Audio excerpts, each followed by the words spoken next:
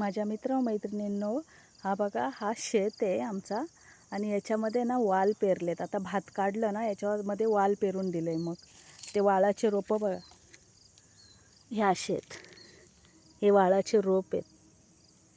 वाळाच्या शेंगा येतात ना त्याचे हे रोपं आहेत. ते आता छोटी आहेत. हे बघा सगळ्याकडे पेरलेत.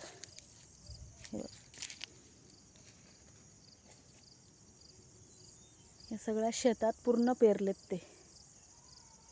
आता त्याचे काही दिवसात तयार होतील मोठी हे रोपं आणि मग शेंगा काढल्या जातील त्याच्या. आणि हे बघा, हे ते पोपटी बनवतात ना हिवाळ्याच्या आत्ताच्या महिन्यात, थंडीच्या महिन्यात.